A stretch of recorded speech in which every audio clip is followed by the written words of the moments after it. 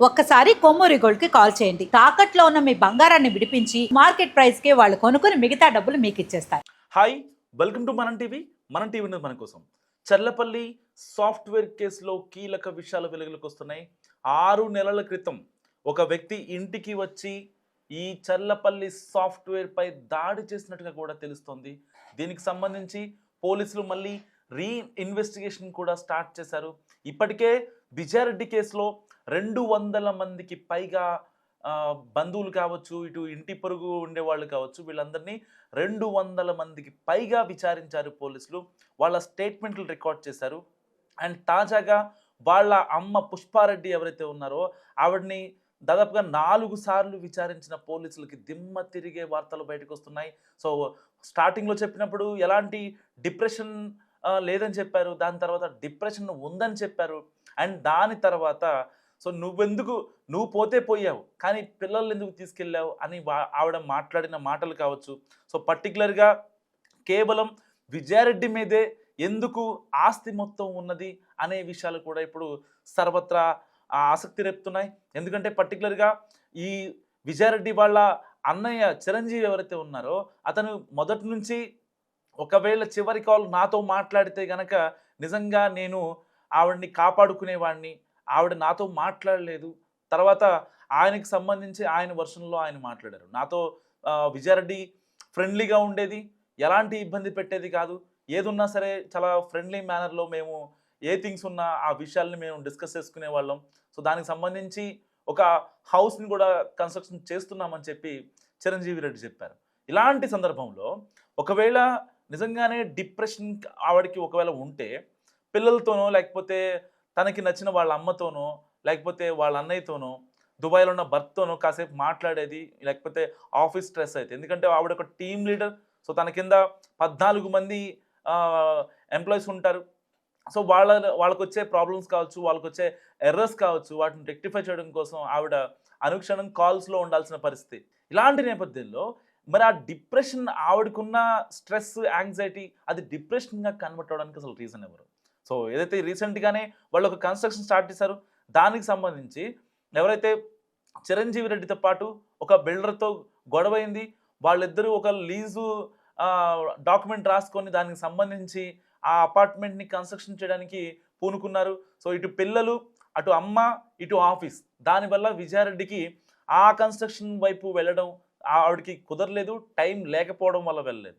So ఇక్కడ ఈ construction house గురించి మాట్లాడుకుంటే అసలు ఈ కన్స్ట్రక్షన్ హౌస్కి ఆవిడ బలవన్మరణానికి ఒక డాట్ మనం లింక్ చేసుకుంటే ఎవరైనా ఒక అంటే అద్దె ఇళ్లలో ఉండేవాళ్ళు ఎవరైనా సొంత ఇంట్లోకి మూవ్ అవ్వాలని కోరుకుంటారు, ఒక ఇల్లు కొనుక్కోవాలనుకుంటారు, ఒక చిరకాల వాంఛ. నిజంగా హైదరాబాద్లో ఎవరైనా సొంత ఇల్లు కట్టుకోవాలి, సొంత ఇల్లు కొనుక్కోవాలి అనేది ఎవరికైనా కూడా ప్రతి మధ్యతరగతి వాడికి ఒక చిరకాల వాంఛగా ఉంటుంది. సో ఎలాంటి ఫినాన్షియల్ ఇబ్బందులు లేవు కాబట్టి ఒక ఇల్లు కట్టుకోవాలని అనుకుంది. మరి అలాంటి ఇల్లు కట్టుకోవాలనుకుంటే కనీసం ఒక 1 ఇయర్ నుంచి ప్లానింగ్ ఉంటుంది. ఎంత డబ్బుల్లో కట్టుకోవాలి, లేకపోతే ఎన్ని ఫ్లోర్స్ ఉండాలి, ఇంటీరియర్ ఎలాగ ఉండాలి, ఇలాంటివి సంబంధించిన డిజైన్స్ పర్టికులర్గా సాఫ్ట్వేర్ వాళ్ళకి వాళ్ళ యొక్క అనుభూతులు, వాళ్ళ యొక్క అభిరుచుల ప్రకారం వాళ్ళకి కావాల్సినట్టుగా ఇల్లుని నిర్మించుకుంటారు. సో ఇలాంటి పరిస్థితుల్లో విజయారెడ్డి కూడా అలాగే నిర్మించుకుంటుంది. కానీ సరిగ్గా అతనితో గొడవ వల్ల అతని ఆ ఇష్యూ ఇంటికి రావడం, అండ్ విజయారెడ్డి వాళ్ళ అమ్మ పుష్పారెడ్డి మాట్లాడటం, వాళ్ళందరినీ సర్ది చెప్పేసి వాళ్ళని పంపించేసే ప్రయత్నం చేయడం. ఏదైతే బిల్డర్ ఉన్నాడో చిరంజీవితో పాటుగా, సో అతన్ని పంపించడానికి దాదాపుగా ఆ లీజ్ ఏదైతే అది క్యాన్సిల్ అయిందో దానికి సంబంధించి 5 లక్షల రూపాయలు అతనికి ఇచ్చి పంపించేయడం, ఇవన్నీ మనం ఇప్పుడు దాకా చూసాం. సో అక్కడి ఏదైతే కన్స్ట్రక్షన్ హౌస్ దగ్గర సంబంధించిన పని వాళ్ళు కావచ్చు, లేకపోతే విజయారెడ్డి ఇంటి పక్కన వాళ్ళు కావచ్చు, ఇంటి చుట్టుపక్కల వాళ్ళు కావచ్చు మాట్లాడుతున్నమాట. కానీ ఏదో ఒక బలమైన కారణం లేకుండా ఆవిడ ఎలా చనిపోద్ది అనేది చాలామంది మాట్లాడుతున్న పరిస్థితి. సో ఇప్పటికే 200 మందిని విచారించారు, మళ్ళీ రీఇన్వెస్టిగేషన్ ప్లాన్ చేస్తున్నారు, రీకన్స్ట్రక్షన్ కూడా ప్లాన్ చేస్తున్నారు. ఆవిడ వాట్సాప్ కావచ్చు, ఆవిడ ఇన్స్టాగ్రామ్ చాట్స్ కావచ్చు, ఆవిడ నార్మల్ వాయిస్ రికార్డింగ్స్ కావచ్చు, ఇవన్నీ కూడా రిపీట్ ఇవన్నీ కూడా తెప్పించే ప్రయత్నాల్లో ఇటు రైల్వే పోలీసులు ఉన్నారు. సో ఇలాంటి నేపథ్యంలో ఒక 6 నెలల నుంచి ఒక వ్యక్తితో ఆవిడ మాట్లాడుతున్నారని, దానికి సంబంధించి ఆవిడ ఇంటికొచ్చి ఏదైతే అతను ఎవరైతే ఉన్నారో ఆ వ్యక్తి అతను ఇంటికొచ్చి విజయారెడ్డితో గొడవ కూడా పడినట్టుగా తెలుస్తోంది. సో దీనికి సంబంధించి అతనే ఈ డిప్రెషన్‌కి కారణమా అన్న యాంగిల్స్‌లో కూడా ఇప్పుడు పోలీసులు ఎంక్వైరీ స్టార్ట్ చేశారు. దీనికి సంబంధించి మళ్ళీ ఎవరైతే ఇంటి చుట్టుపక్కల వీళ్ళు ఉంటారో వాళ్ళతో మాట్లాడే ప్రయత్నాలు కూడా చేస్తున్నారు. ఒక రకంగా ఆలోచించండి. ఇన్ని రోజులుగా కేసు ఇన్వెస్టిగేషన్ స్టార్ట్ అయ్యి ఇవాల్టికి 11 రోజులవుతుంది. కనీసం అసలు విజయారెడ్డి ఎందుకు చనిపోయిందనే దానిపై ఇంకా అసలు మనకి ఒక రీజన్ అనేది తెలియలేదు ఇప్పటిదాకా. పోలీసులు ఒక ప్రెస్ నోట్ రిలీజ్ చేయలేదు. లేదంటే బయటకు వచ్చే ఆధారాలు గానీ, సాక్ష్యాలు గానీ ఇది జరిగింది అనే విషయం ఎక్కడా కూడా రైల్వే పోలీసులు చెప్పనటువంటి పరిస్థితి. సో ఇన్వెస్టిగేషన్ జరుగుతుంది. కానీ అసలు విజయారెడ్డి ఎలా చనిపోయింది? ఎందుకు చనిపోయింది? అనే విషయం ఇంట్లో వాళ్ళకి కూడా తెలీదు. సో వాళ్ళు చెప్పే కొన్ని ఆధారాలు, కొన్ని సాక్ష్యాలు కావచ్చు, ఇంటి బయట వాళ్ళు ఇంటి పొరుగింటి వాళ్ళు ఎవరైతే ఉంటారో వాళ్ళు చెప్పే మాటలు కావచ్చు, వీటన్నిటిని డాట్స్ కనెక్ట్ చేసుకుంటే అక్కడ డిప్రెషన్‌కి కారణం ఏదో ఒక ఎక్స్‌టర్నల్ ఫోర్స్ ఉందనే మాట ఇక్కడ మనకి కనిపిస్తున్న వాస్తవం.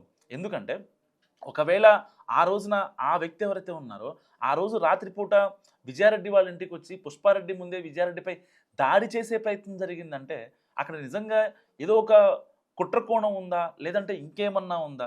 అసలు అంత చనువు తీసుకొని వచ్చాడు అంటే ఆ వ్యక్తి ఎవరు? ఇప్పటిదాకా భర్త సురేందర్ రెడ్డి చెప్పినా, లేదంటే అన్న చిరంజీవి చెప్పినా, అమ్మ పుష్పారెడ్డి చెప్పినా, కేవలం విజయారెడ్డి అనే వ్యక్తి ఒక స్ట్రాంగ్ వుమెన్. సో ఒక కార్పొరేట్ వుమెన్. తనకి స్ట్రెస్ ఉంటది. వాటన్నిటిని కూడా పక్కన పెట్టి పిల్లల కోసం బతుకుతుంది. అక్కడ దుబాయ్ నుంచి భర్త డబ్బులు పంపినా, పంపకపోయినా ఇంట్లో సిచ్యువేషన్స్ అన్నీ అర్థం చేసుకొని ఆవిడ లైఫ్ లీడ్ చేస్తున్నటువంటి వ్యక్తి విజయారెడ్డి. ఇప్పటిదాకా మనం అదే చూసాం.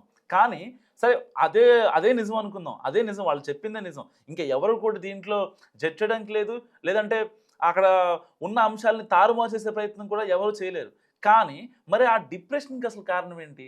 ఒకవేళ డిప్రెషన్ వచ్చిందే అనుకుందాం. మహా అయితే 2 మంత్స్, 3 మంత్స్, లేకపోతే పిల్లలున్నారు. వాళ్ళతో మాట్లాడినా, వాళ్ళతో టైం స్పెండ్ చేసినా తన డిప్రెషన్ మొత్తం పోతది.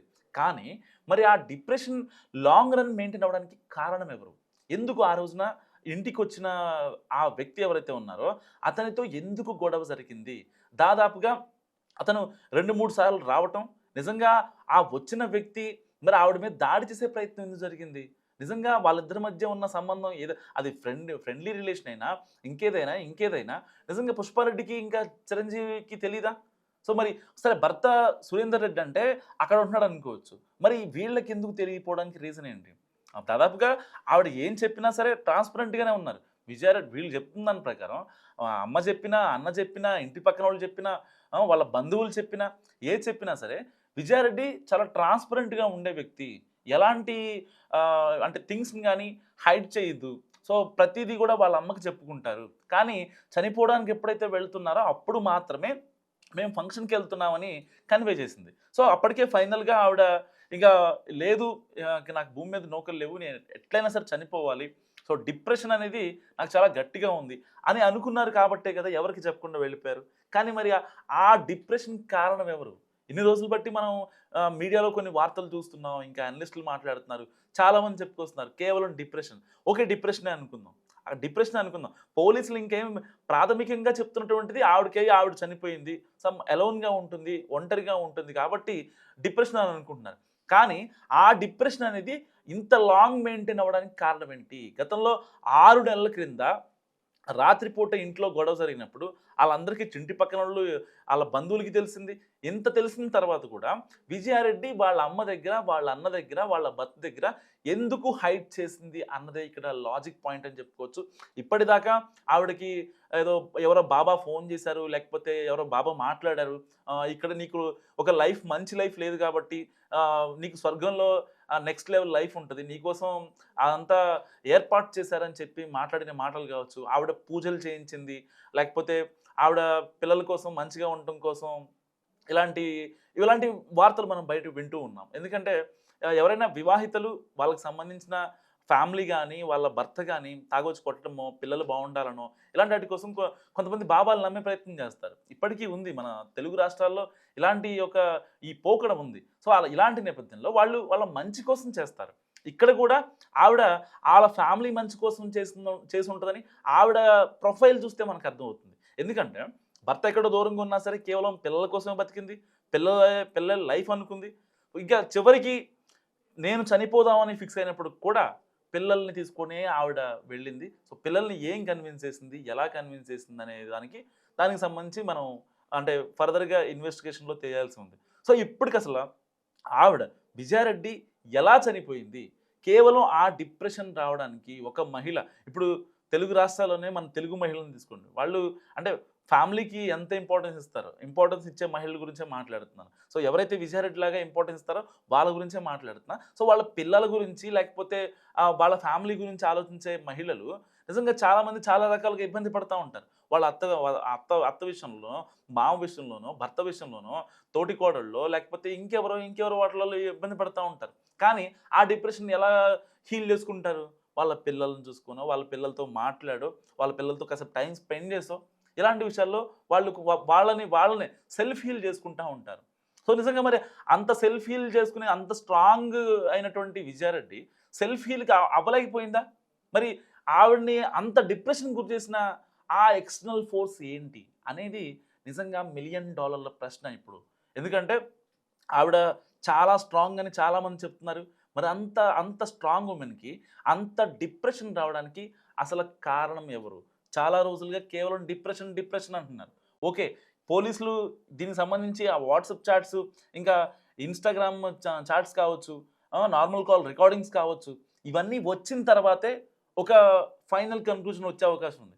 కానీ ఇప్పుడు వాళ్ళ అమ్మ వాళ్ళు, ఇంటి పొరుగింటి వాళ్ళు చెప్పిన దాని ప్రకారం మనం కొన్ని డాట్స్ కనెక్ట్ చేసుకుంటే వాళ్ళ ఇంట్లో గొడవ జరిగిందనే మాట వాస్తవం. అది బాబా వల్ల గొడవ జరిగిందా, లేకపోతే దొంగ బాబా ఏదన్నా అంటే ఇలా మీరు పరలోకానికి వెళ్తే మీరు బాగుంటారని చెప్పి దాని గురించా, కొన్ని వేరే అవుట్ఫిట్లు కూడా విజయారెడ్డి వేసుకోవడం, దానికి సంబంధించి పూజలు చేయించదని చెప్పడం, సో ఇలాంటివి అన్నీ గాసిప్సా?